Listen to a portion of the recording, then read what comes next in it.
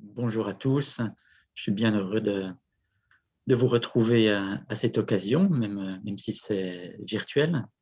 Une occasion qui avait évidemment été repoussée puisqu'en fait j'avais été programmé pour faire cette intervention euh, l'année dernière, à peu près à la même période. Donc voilà, avec un an de décalage, je vous retrouve maintenant pour vous présenter cet ouvrage. Comme Nicolas l'a dit, issu en grande partie de ce projet financé par le Conseil européen de la recherche et composé en partie des interventions qui avaient eu lieu lors de la conférence de clôture de ce projet, conférence de clôture qui avait eu lieu à Paris en février 2016. Donc voilà, depuis cette conférence, nous avons travaillé collectivement à la production de cet ouvrage. Les différents membres du projet qui s'est appelé Territoire, Communauté, Échange dans les confins sino-tibétains du CAM sont évidemment des contributeurs à ce volume et également à d'autres publications que ce projet a permis de produire. Et donc là, je vais vous faire en fait une présentation un peu 3 en 1, si vous voulez. Je vais non seulement vous présenter cet ouvrage, mais un petit peu ses antécédents.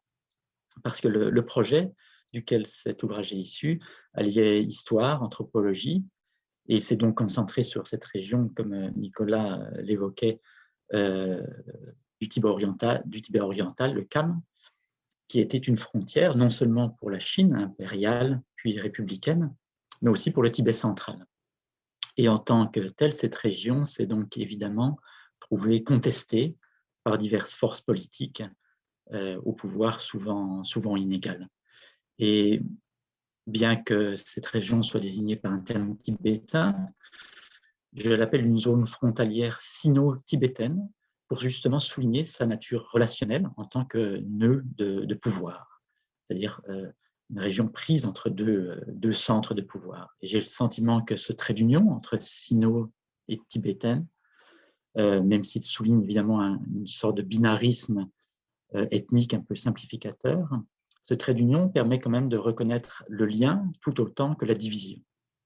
En d'autres termes, ce trait d'union indique comment, à des degrés divers, les deux mondes, chinois, tibétains, se sont mélangés dans une certaine mesure, tandis que souvent le fossé culturel et ethnique était maintenu.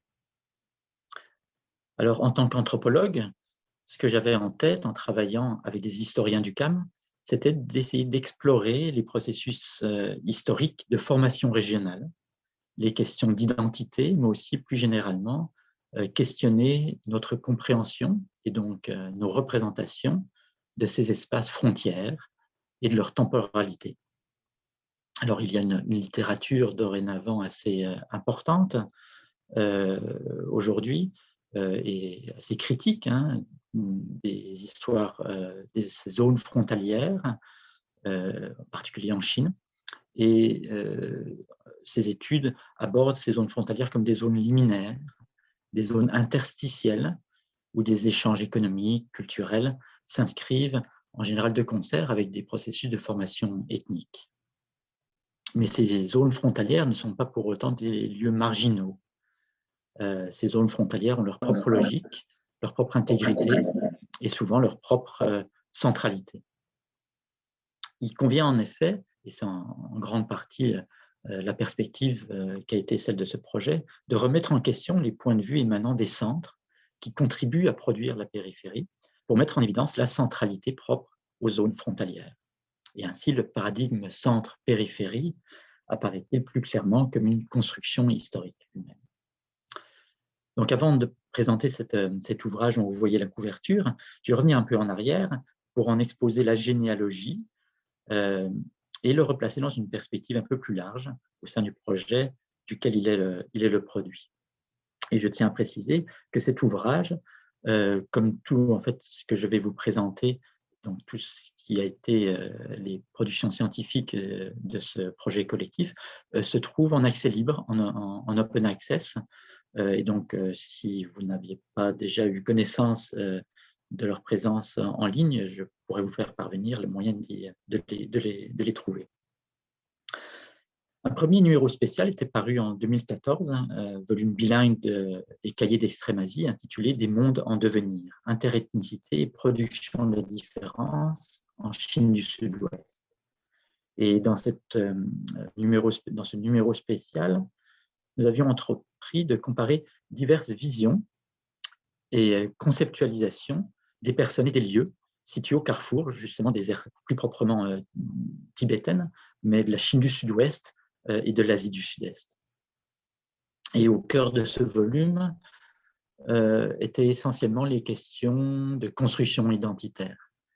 Les différents contributeurs, dont vous voyez sur la carte ici la localisation des études, cherchaient chacun leur manière de dépeindre les rencontres en termes, justement, en remettant un petit peu en question les approches conventionnelles en termes d'acculturation, d'absorption par l'autre ou de résistance à l'autre. Alors, je passe très brièvement en revue le sommaire, simplement pour vous donner une idée du contenu. Là encore, il s'agit d'essayer de tisser la continuité entre cette première publication, la suivante et le volume que je vous présente aujourd'hui.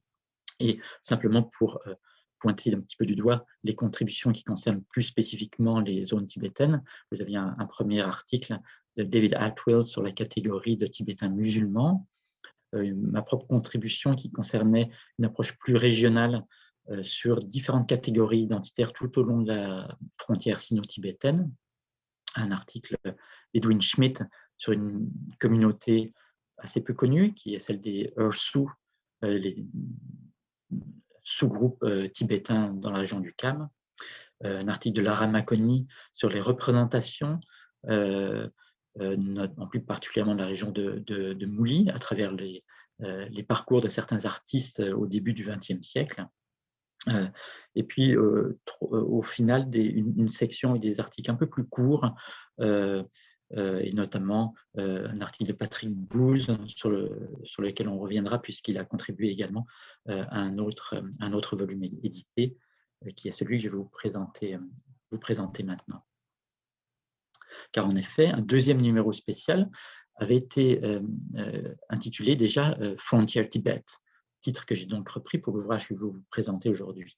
Mais là, avec une focalisation plus importante sur le commerce et les frontières des autorités. Parce qu'une constatation que nous avions faite est qu'il y avait encore eu assez peu de discussions approfondies sur le commerce, les échanges et les personnes qui facilitent ces activités dans cette région.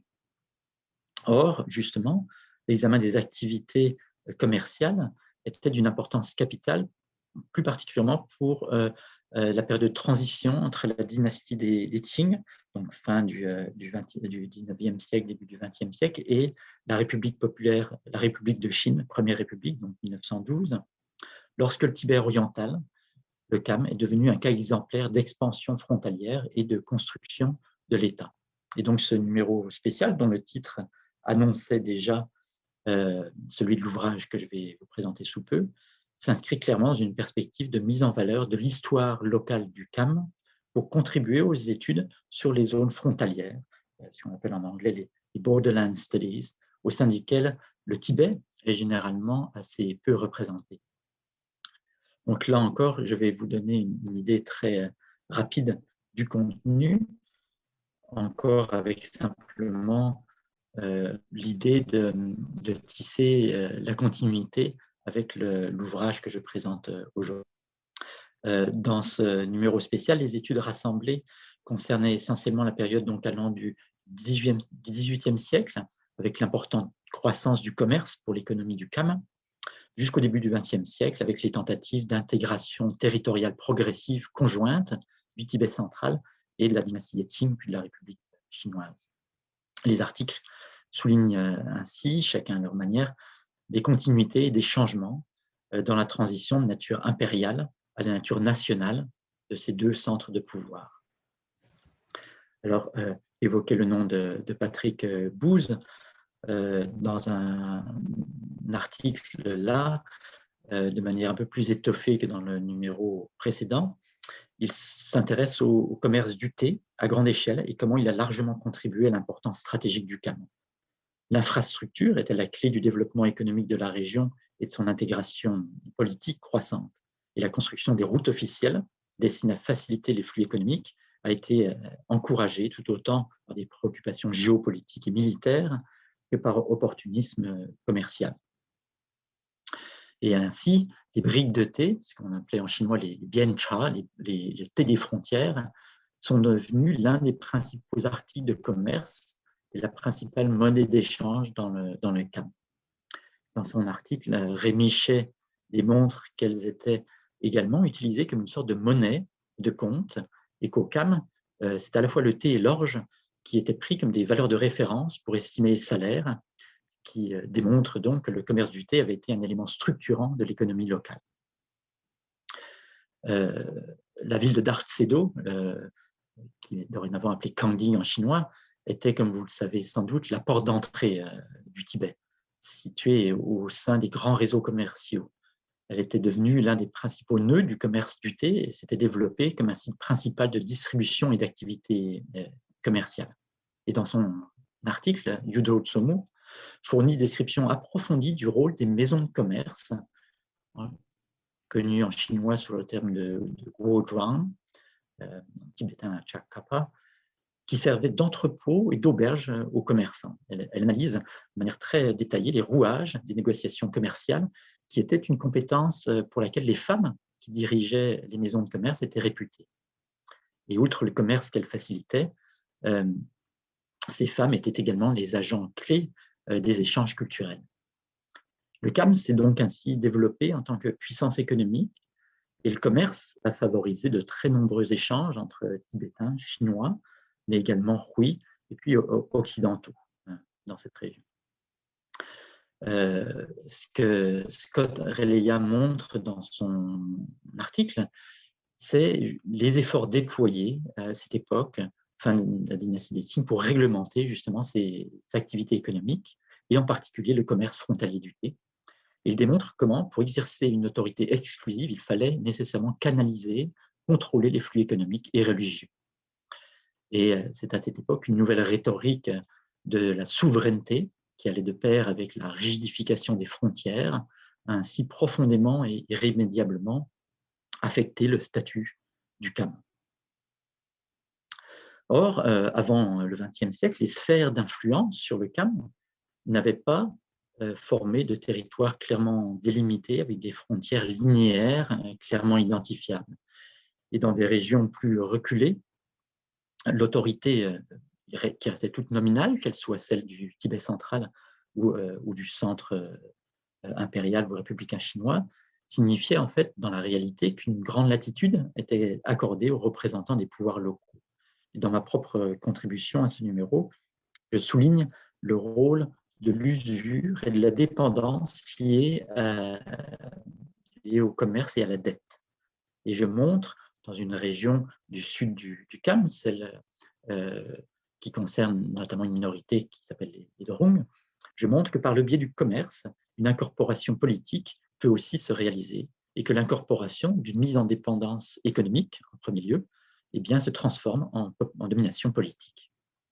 Et puis, dernière contribution de ce numéro, c'est celle de Tenzin Tinba, qui là se concentre dans une approche ethno-historique sur un soulèvement qui avait eu lieu au Yalong au début du XXe siècle, période de transition de la fin de la dynastie des Qing, et révolte qui s'inscrit dans le cadre de changements sociopolitiques, de tensions interethniques et religieuses émergentes.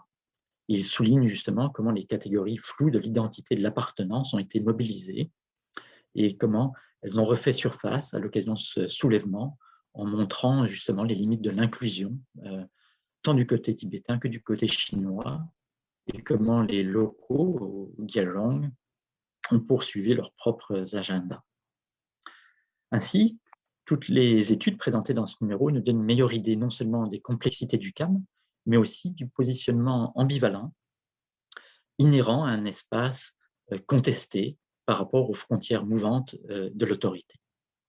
Et c'est donc en continuité directe avec ce numéro spécial et cette idée en particulier de ces frontières mouvantes dans toutes les possibles acceptions du terme frontière que j'ai décidé de nommer également ce volume Frontier Tibet.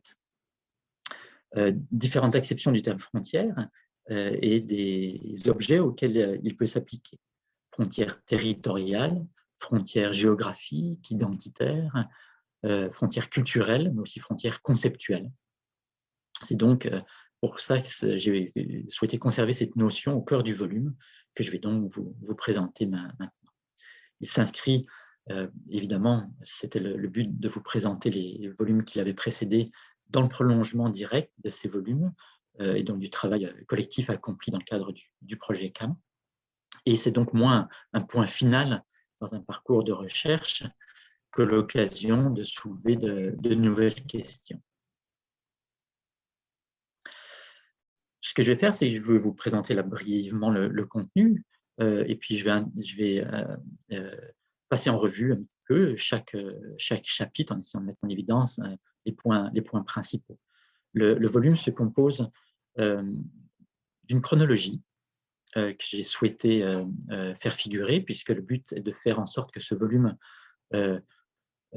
s'immisce un petit peu dans les débats beaucoup plus généraux sur les questions de frontières, hein, Borderland Studies, comme on dit en anglais, et donc faire en sorte que le CAM arrive un petit peu sur la scène de ces Borderland Studies qui, en général, traitent de régions géographiques parmi lesquelles le Tibet ne se trouve souvent pas. Et donc, il me paraissait important de faire figurer une chronologie pour ceux qui ne sont pas très au fait de cette région du monde. Et puis, l'ouvrage se compose essentiellement de 3 parties. La première partie, elle offre avec 3 chapitres un cadrage qu'on a essayé de faire assez nuancé, relative à la manière ou aux manières, au pluriel, d'aborder le CAM comme une région périphérique ou une région frontière. Donc, problématisant ce terme de frontière. La seconde ouvrage a pour trame principale la diversité des processus d'intégration territoriale, économique et politique à des échelles variées, avec des études de cas, soit plus régionales, soit davantage localisées. Et puis, une troisième partie plonge davantage dans le local, avec des approches pour certaines biographies qui révèlent la complexité vécue des processus d'intégration évoqués dans la seconde partie, et des agencements politiques et identitaires qui résultent de cette intégration. Donc, il y a également une postface sur laquelle je reviendrai évidemment à la fin. Donc, je vais revenir comme ça sur les différents chapitres par section du livre et commencer donc par la première partie.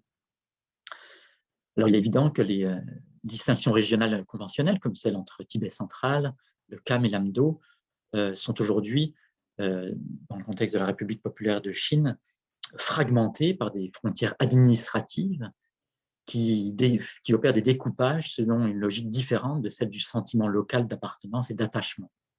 La frontière administrative qui sépare aujourd'hui la région autonome du Tibet de la province du Sichuan ne correspond pas à une frontière sociale particulièrement visible, mais cette frontière administrative introduit néanmoins une séparation qui crée de nouvelles différenciations.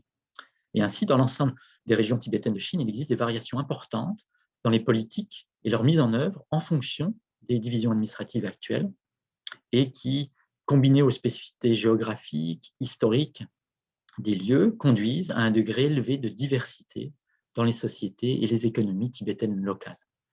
Et les 3 chapitres qui composent cette partie font le point sur les implications de cette complexité interne aux zones frontalières sino-tibétaines, plus spécifiquement le CAM. Ils offrent des perspectives complémentaires sur la manière de conceptualiser ces espaces frontaliers par rapport aux centres de pouvoir historiques voisins, mais aussi en opérant un nécessaire recentrage Et les 3 chapitres problématisent donc les frontières du CAM et certains aspects de sa diversité interne. Dans mon chapitre introductif, j'essaie de fournir à la fois une discussion historique et anthropologique et un cadre conceptuel pour suggérer diverses manières de comprendre la production des lieux d'une manière dynamique. Et je reviendrai sur certaines des propositions plutôt en conclusion et en vue d'ouvrir un petit peu sur les questions.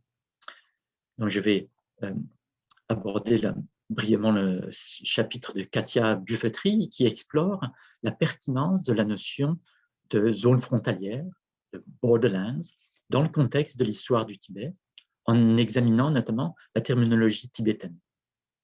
Son chapitre met particulièrement l'accent sur la relation dynamique entre le KAM, l'Amdo et le Lhasa. Elle souligne combien la structure administrative actuelle a canalisé des développements socio-économiques différenciés qui ont fondamentalement reconfiguré la relation entre le KAM et le centre traditionnel, Lhasa, le Tibet central. Et ces changements ont nourri un dynamisme culturel qui confère désormais au KAM une nouvelle centralité. Certains lieux en particulier ont gagné évidemment en visibilité plus que d'autres, et c'est certainement le cas de Gyaltang, plus au sud du KAM, comme l'explique Eric Mortensen.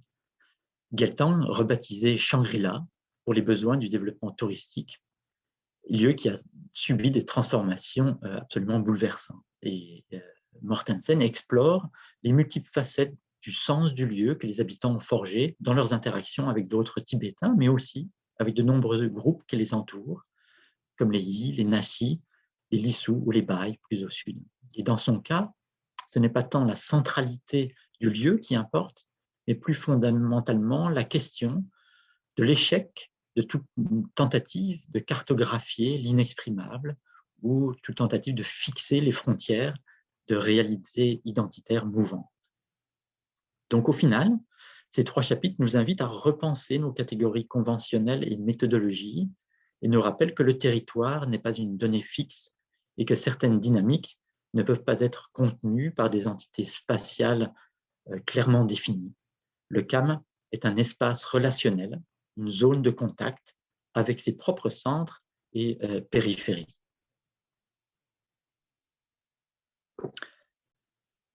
La plupart des recherches récentes sur les zones frontalières sino-tibétaines en histoire, en anthropologie et dans les disciplines proches se sont concentrées sur la dynamique État-société et sur la marginalisation des populations locales. Après l'intervention mandchoue au Tibet dans les années 1720, les efforts soutenus ont été déployés pour incorporer le KAM à la province du Sichuan, tant sur le plan administratif qu'économique. Et ces efforts ont été contrés par des tentatives du gouvernement du Tibet central, le Gandeng Programme, d'étendre sa propre présence religieuse et politico-économique. L'expérience de l'impérialisme différait considérablement selon les régions tibétaines et entre le Tibet central et le KAM ou l'Amdo. Et le type de présence de l'État dans le KAM lui-même a également varié d'un endroit à l'autre. Et pendant longtemps, l'agenda colonial au KAM s'est concentré sur le contrôle des routes commerciales. C'est donc la raison pour laquelle, notamment le volume précédent que j'ai évoqué, s'était focalisé sur ce thème du commerce. Les contrôles des voies vitales qui relient les basses terres du bassin du Sichuan aux hautes terres du plateau tibétain. Les colons militaires qui ont été déployés dans des endroits stratégiques, notamment le long de la route du Sud, et les marchands du Sichuan et du Yunnan qui ont profité de la présence militaire pour leur commerce. Puis s'est développée l'exploitation de certaines ressources naturelles sur les territoires concernés qui deviennent dès lors des frontières d'extraction. Donc cette seconde partie de l'ouvrage est organisée autour d'approches contrastées des transformations et des modes d'expansion à grande échelle et d'origine extérieure qui ont conduit à l'intégration progressive du KAM. La région sino-tibétaine a été déstabilisée à plusieurs reprises par des conflits internes et par des événements survenus ailleurs. Le développement de l'impérialisme occidental, la guerre sino-japonaise, la montée en pouvoir des seigneurs de la guerre provinciaux, puis le démembrement territorial et la croissance du nationalisme en tant que nouvelle idéologie politique.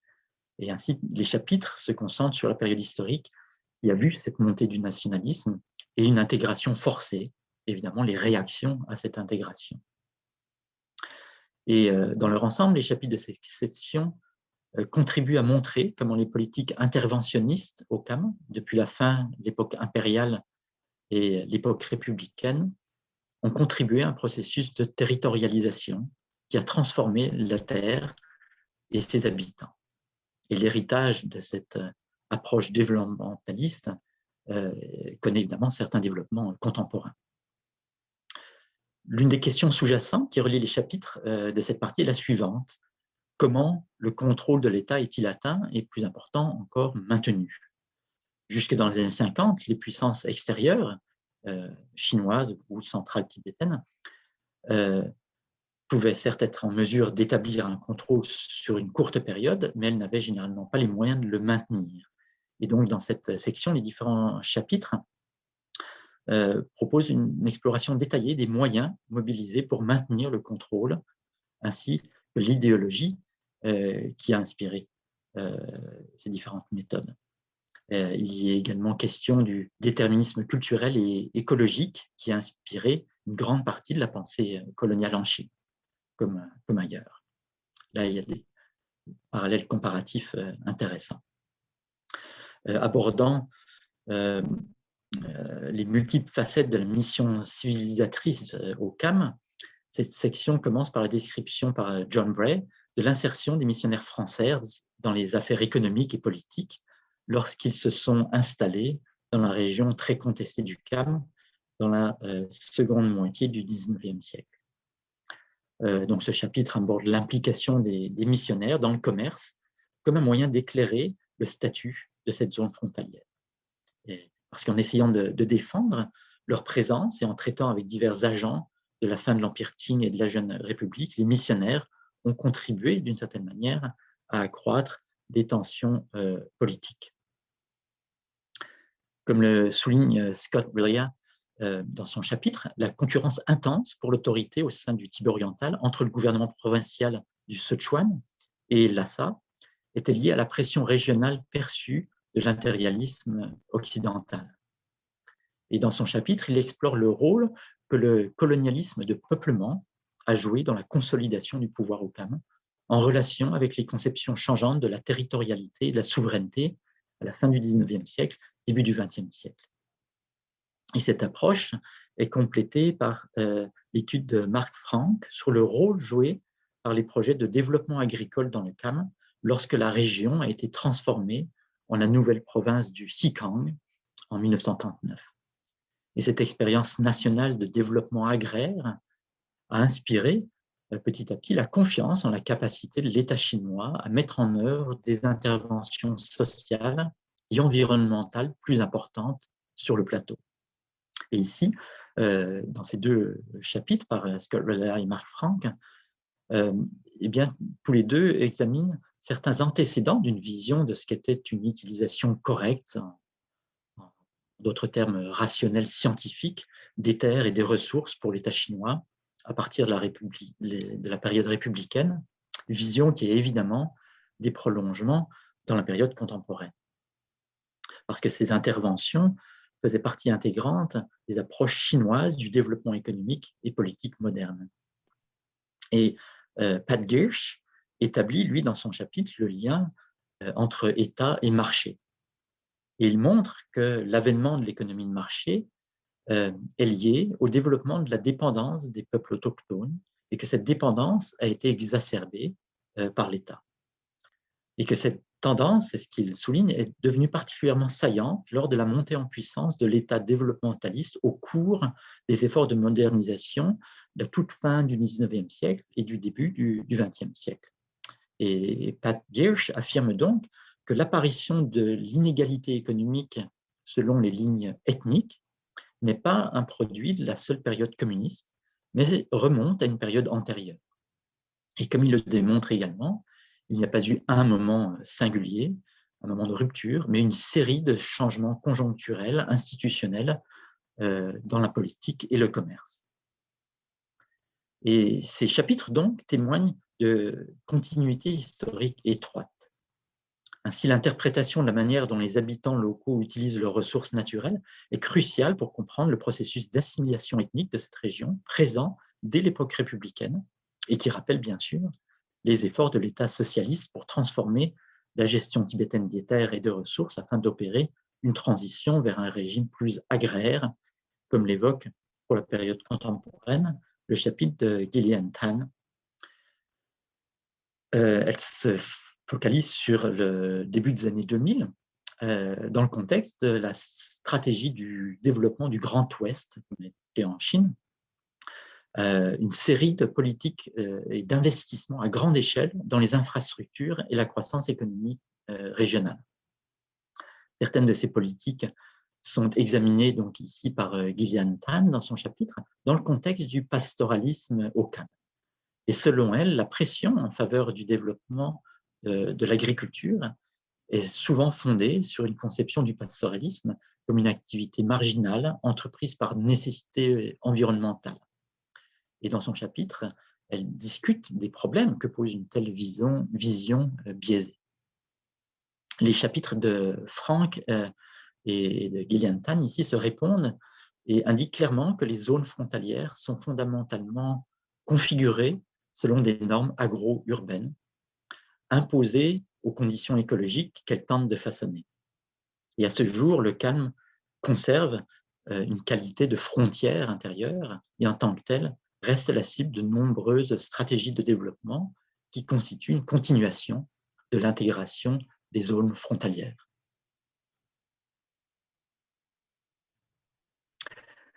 La troisième et dernière partie de l'ouvrage, de manière complémentaire, rassemble des chapitres qui se concentrent sur les instances locales et les trajectoires individuelles qui détaillent les limites et les opportunités offertes par les transformations que les chapitres de la seconde partie détaillaient. La question qui se pose dans cette partie est la suivante. Comment les visions respectives de la souveraineté des gouvernements tibétains et chinois se traduisent-elles en termes pratiques dans la vie des personnes qui habitent ces régions frontalières et qui ont progressivement perdu leur propre centralité et intégrité. Alors, il n'existe évidemment pas de réponse simple à cette question, mais la poser peut permettre une approche un peu plus nuancée de l'enchevêtrement des économies politiques locales, nationales et globales à la frontière. Les chapitres de cette section mettent l'accent sur les réponses locales aux changements souvent imposés, une approche microsociologique et l'attention apportée aux trajectoires de vie de certains individus clés nous aide à comprendre les mondes vécus et les subjectivités des acteurs pris dans des bouleversements de l'époque, leurs craintes, leurs espoirs et leurs projets. Et ce qui me semble particulièrement intéressant, la manière dont les chapitres considèrent un éventail de positionnements stratégiques qui inclut des formes de déclaration de dépendance, d'une part, mais aussi des refus plus actifs, d'autre part, et ainsi évite de poser un cadre réductionniste de domination et de résistance.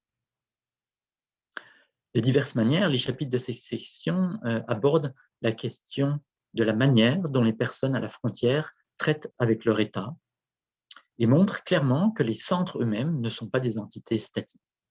Ils montrent aussi comment la présence de l'État a influencé les relations horizontales au niveau local et pas seulement au niveau de relations de pouvoir verticales entre centre et périphérie.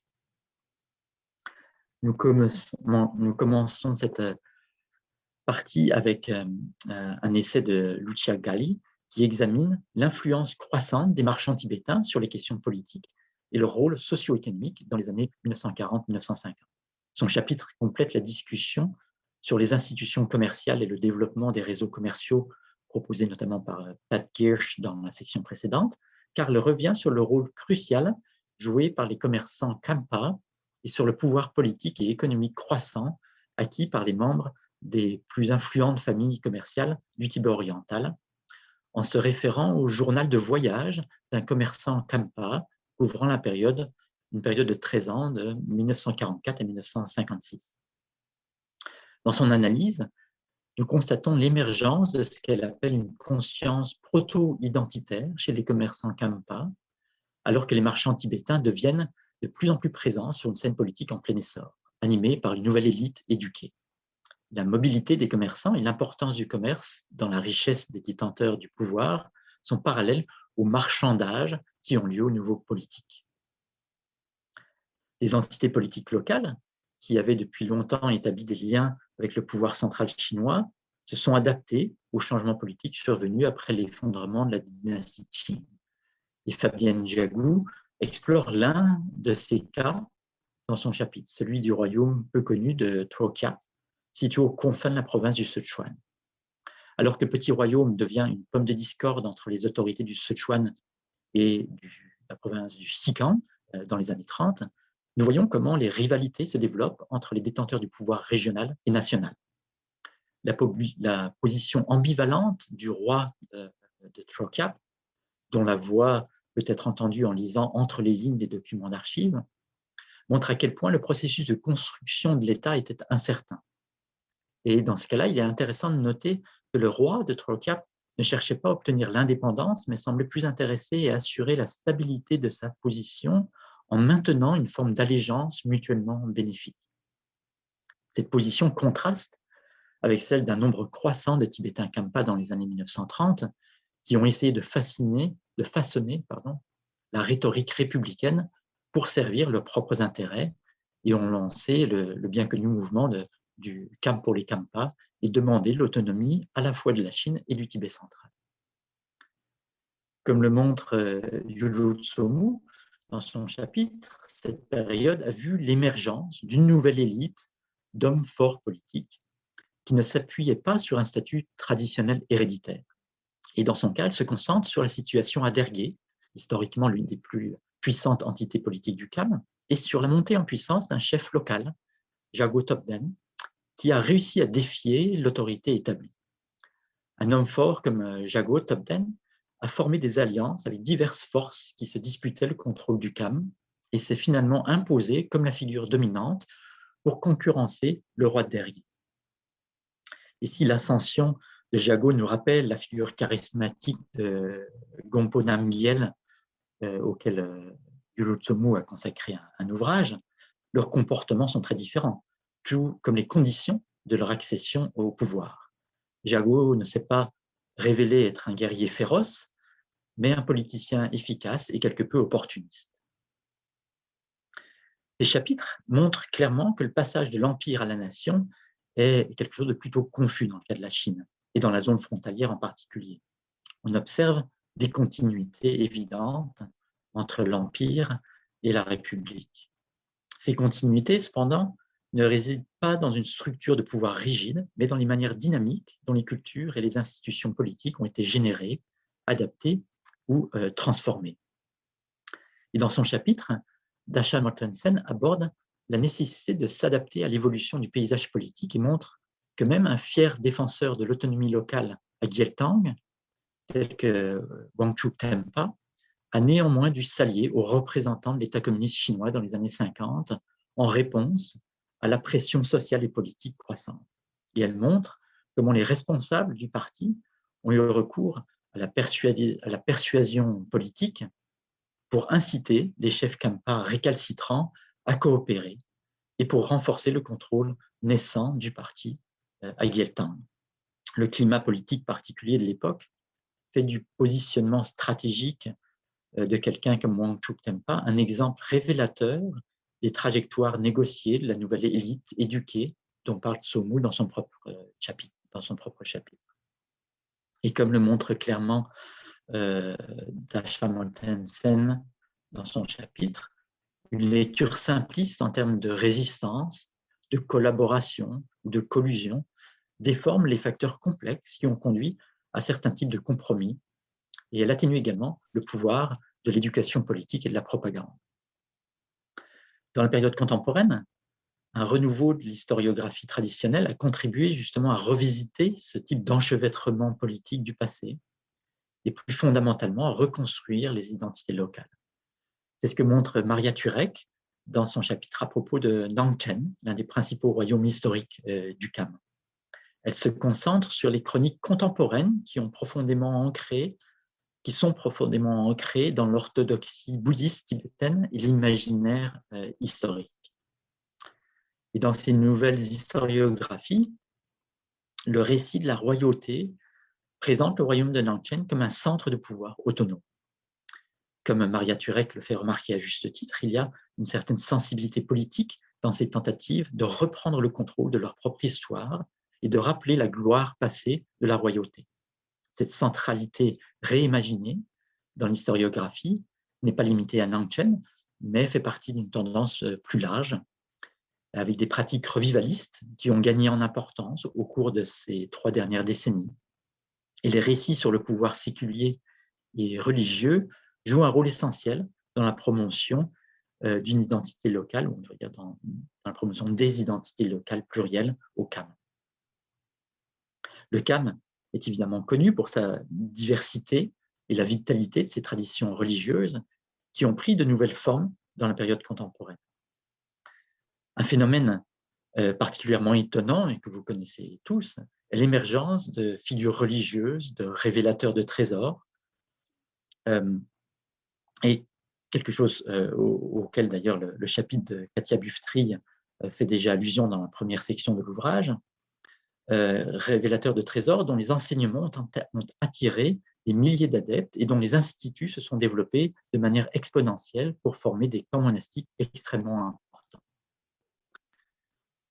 Yasmin Cho examine dans son chapitre l'une de ces formes les plus frappantes et les plus distinctives de communautés bouddhistes, le méga-camp de Yachen, situé dans une vallée isolée du comté de Pelyul, dans l'actuelle préfecture autonome tibétaine de Ganzhou. De nombreux moines et nonnes sont venus s'installer à Yachen, fondé à l'origine au milieu des années 1980, lorsque le camp encore plus grand de Larungar à Sertar avait été partiellement démoli en 2001. Les 2 campements ont depuis fait l'objet de nouvelles démolitions et expulsions. Comme vous le savez, mais bon, dans son chapitre, Yasmin Cho aborde les transformations qui ont eu lieu à Yachen à travers l'expérience vécue et l'engagement matériel de ces nonnes. En effet, Yachen est constitué essentiellement de petites huttes de taille individuelle, dont la plupart ont été construites par des nonnes de différentes origines. Et Yasmin Cho accorde une attention ethnographique aux pratiques quotidiennes des nonnes qui créent, façonnent et habitent l'espace du campement. Et cette perspective ajoute une riche texture sensible à l'expérience d'une forme d'autonomie au-delà de la spiritualité, faisant du genre un élément clé de son exploration des efforts précaires de certains Tibétains, de certaines Tibétaines, pour revendiquer des espaces qui leur appartiennent. Pour être plus précis, l'analyse du campement par Yasmin Cho, dans sa forme matérielle évolutive et dans son caractère incomplet et inclusif inhérent, met en lumière la nature spatiale du contrôle de l'État et les contraintes qu'il impose à l'étonnante densité de cette zone insulaire, comme Yasmin Cho l'appelle.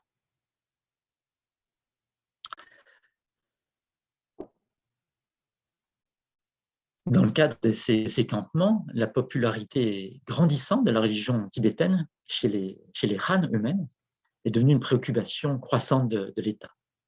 Elle est considérée comme une menace potentielle pour les fondements internes de l'ordre social. Une menace qui, justement, révèle la vulnérabilité de l'ordre social et génère une forme d'incertitude quant à savoir où se trouvent en fait les frontières.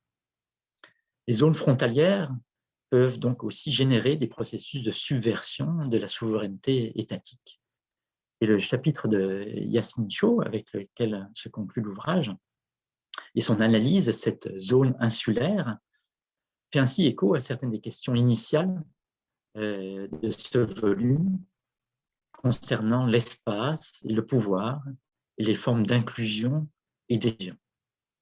Et d'une certaine manière, la forme du campement capte notre imagination alors que nous cherchons à repenser les zones frontalières. Et il offre d'une certaine manière une image concrète de ce que j'explore dans le chapitre d'introduction concernant les limites des conceptualisations conventionnelles des espaces de marge, des espaces frontières.